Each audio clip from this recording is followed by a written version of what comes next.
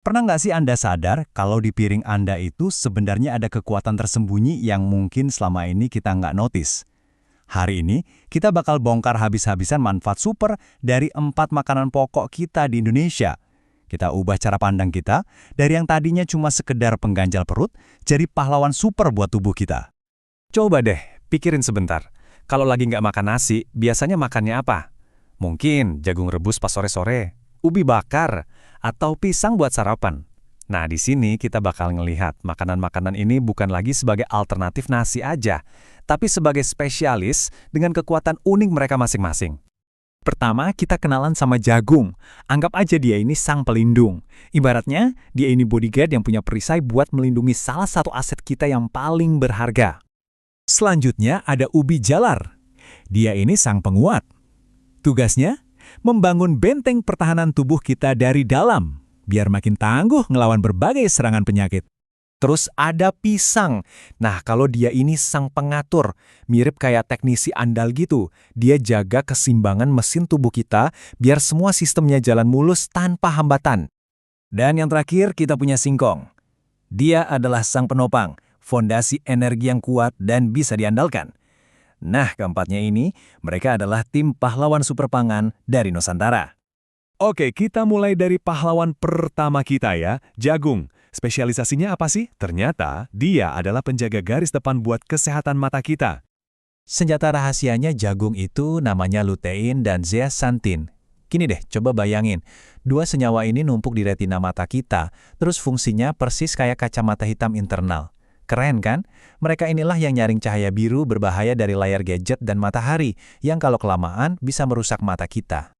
Tapi kekuatannya nggak cuma itu loh. Selain melindungi mata dari katarak, serat di jagung itu jago banget buat mencegah divertikulitis. Itu tuh radang usus yang sakit banget.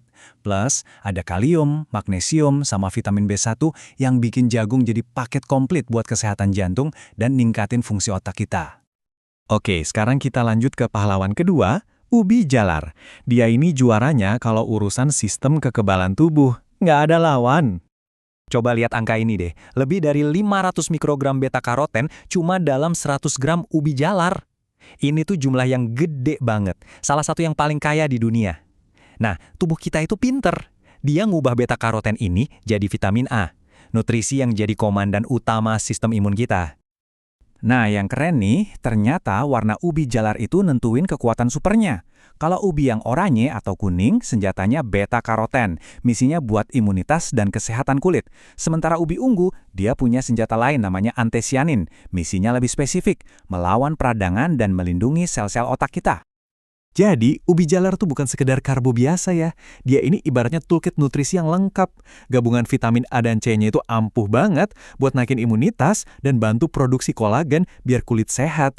Dan walaupun rasanya manis, indeks glikemiknya itu sedang, jadi malah bagus buat bantu kontrol gula darah. Pahlawan kita yang ketiga, siapa lagi kalau bukan pisang, sang pengatur. Peran utamanya, jaga ritme jantung kita dan jadi bahan bakar energi yang efisien banget buat tubuh. 358 mg kalium. Angka ini penting banget loh. Kalium di pisang itu tugasnya menyeimbangkan kadar garam atau natrium di tubuh kita, sekaligus bikin dinding pembuluh darah jadi lebih rileks. Kombinasi dua efek ini ampuh banget buat jaga tekanan darah kita tetap stabil.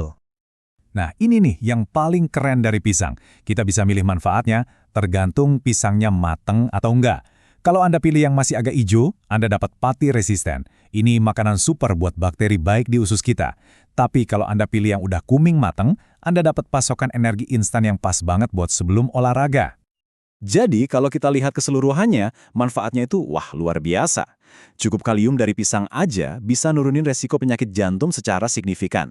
Ginjal kita juga jadi lebih sehat, dan jangan lupa ada triptofan. Ini bahan baku buat hormon bahagia yang namanya serotonin, yang bisa bantu mood kita jadi lebih baik. Akhirnya, kita sampai di pahlawan terakhir kita. Dia ini yang paling kuat, tapi juga paling kompleks. Singkong.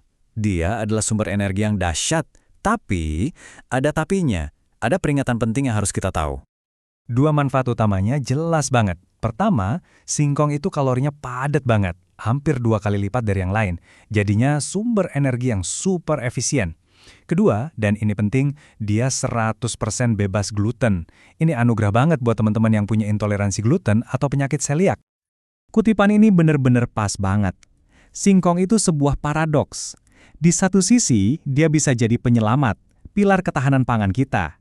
Tapi di sisi lain, kalau kita mengabaikan cara mengolahnya yang benar, dia bisa jadi berbahaya. Ini sisi lain dari cerita pahlawan kita. Jadi, ini poin paling krusialnya. Dengerin baik-baik ya, singkong mentah itu mengandung senyawa yang bisa melepaskan racun sianida di dalam tubuh. Ini bukan buat nakut-nakutin, tapi biar kita lebih waspada dan paham. Jangan pernah, sekali lagi, jangan pernah makan singkong mentah. Nah, ini protokol keamanan yang wajib, gak bisa ditawar. 3 langkah ini adalah kearifan lokal yang sudah terbukti secara ilmiah. Pertama, kupas kulitnya, karena sebagian besar racun ada di situ. Kedua, rendam. Buat apa? Biar sisa racunnya larut ke air. Ketiga, dan ini paling penting, masak sampai matang sempurna buat memastikan semua senyawa berbahaya udah netral. Oke, sekarang kita adu langsung nih, tim pahlawan kita. Dari sini kelihatan jelas spesialisasinya masing-masing. Butuh energi paling pol? Jelas singkong juaranya. Cari protein yang paling tinggi di antara mereka? Jagung pemenangnya. Butuh beta-karoten buat imun? Ubi jalar nggak ada tandingannya. Dan untuk kalium tertinggi, pisang yang pegang piala. Terus, gimana dampaknya ke gula darah kita? Nah, ini namanya indeks glikemik. Gampangnya gini, makin rendah angkanya, makin pelan makanan itu naikin gula darah kita. Artinya, energi yang kita dapat lebih stabil dan tahan lama. Dan lihat deh, singkong rebus ternyata angkanya paling rendah.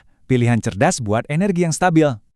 Jadi, setelah kita bongkar semua kekuatan mereka, pertanyaannya sekarang kembali ke Anda. Kalau lihat tujuan kesehatan Anda hari ini, entah itu butuh energi ekstra, pengen naikin imunitas, atau jaga kesehatan jantung, pahlawan pangan mana nih yang bakal Anda panggil buat memperkuat piring Anda?